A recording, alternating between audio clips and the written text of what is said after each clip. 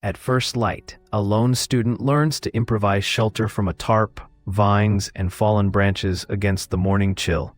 They practice a fire lay with dry needles and a spark, watching warmth bloom through patient, methodical steps. Water lessons arrive as dew is collected, filtered, and boiled to purify the first drink. Quiet tracking follows, reading signs while keeping steps light and breath steady. Ultimately, nature imparts resilience and patience, turning every challenge into a practical, confident set of survival skills.